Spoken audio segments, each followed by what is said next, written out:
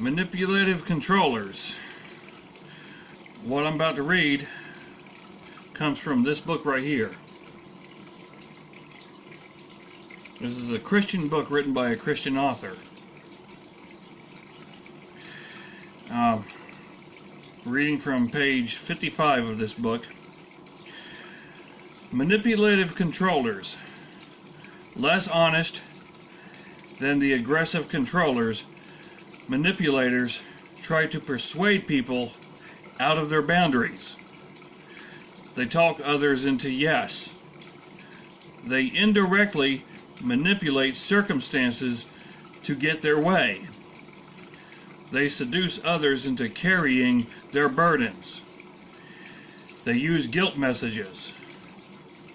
Remember how Tom Sawyer tricked his playmates into whitewashing the fence for him? He made it seem like such a privilege that kids were lined up to paint. Isaac's son Jacob finagled his twin brother Esau into giving up his birthright. It says in Genesis chapter 25 verse 29 through 34.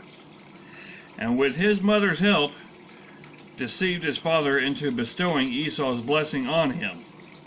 In fact, Jacob's name means deceiver. Numerous times he used his cleverness to avoid others' boundaries.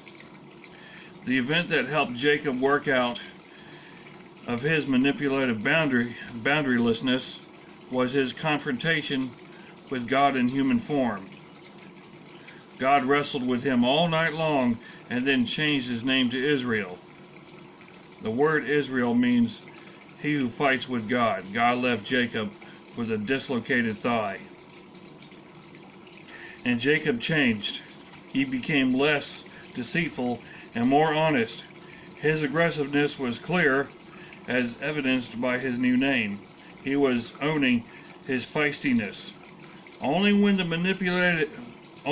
manipulative controller is confronted with his dishonesty can he take responsibility for it, repent of it, and accept his and others' limits.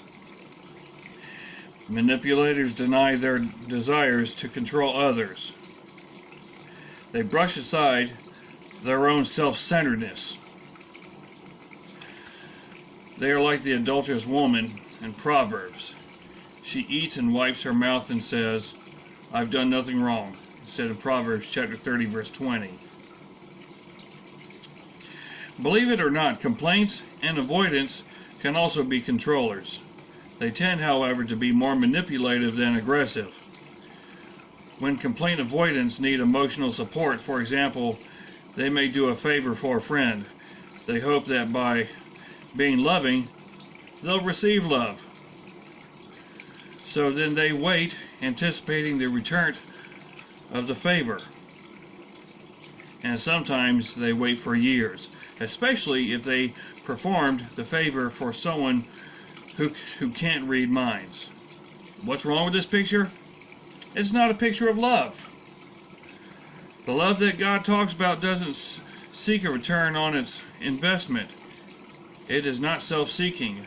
It said in 1 Corinthians chapter 13 verse 5. Caring for someone so that they'll care back for us is simply an indirect means of controlling someone else. If you've ever been on the receiving end of that kind of maneuver, you'll understand. 1 minute you've taken the compliment or favor, the next minute you've hurt someone else's feelings by not figuring out the price tag attached. And actually that comes from pages 55 and 56 of this right here. And I've known manipulative controllers in the past, and one of those manipulative controllers is somebody I've known since 1993, who was a high school dropout who returned to high school at the age of 19. And the guy's name is Chris. I'm not going to mention his middle name or his last name. But put it this way: after a bad situation that happened in the summer of 2015, He manipulated the heck out of me and turned a lot of people against me. All due to his him being a manipulative controller over me after I had gotten rid of him. Totally different story, but I know this guy like the back of my hand, and trust me, he is a manipulative controller. Someone who definitely likes to use people. Well, anyway.